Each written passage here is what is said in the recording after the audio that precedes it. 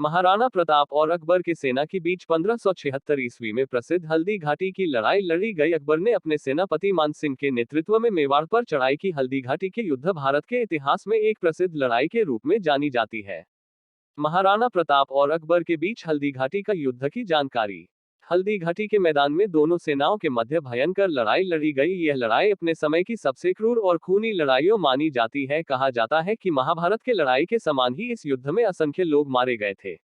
यद्यपि मुगलों के विशाल सेना की तुलना में महाराणा प्रताप के पास सेना की संख्या कम थी। इस युद्ध में महाराणा प्रताप के पास जहां 20,000 सैनिक थे, वहीं मुगलों के पास 85,000 से भी ज्यादा सैनिक थे।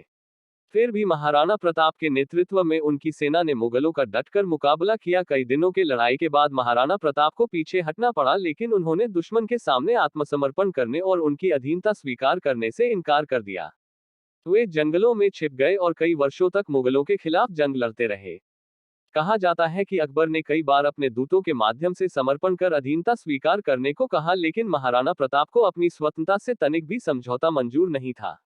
महाराणा प्रताप गुरिल्ला युद्ध में बड़े ही निपुण थे। गुरिल्ला युद्ध के द्वारा उन्होंने कई वर्षों तक मुगल सेना पर हमला कर फिर सुरक्षित बच निकलते थे। उन्होंने कई बार मुगलों की सेना पर घात लगाकर हमला कर उनका काफी नुकसान पहुंचाया।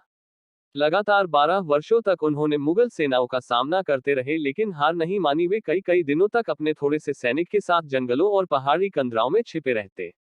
फिर कभी एकाएक प्रबल पराक्रम के साथ दुश्मन पर टूट पड़ते और शत्रुसेना को गाजर मूली की तरह काटकर ढेर फिर न जाने कहां किस पहाड़ी गुफा में जा छिपते थे।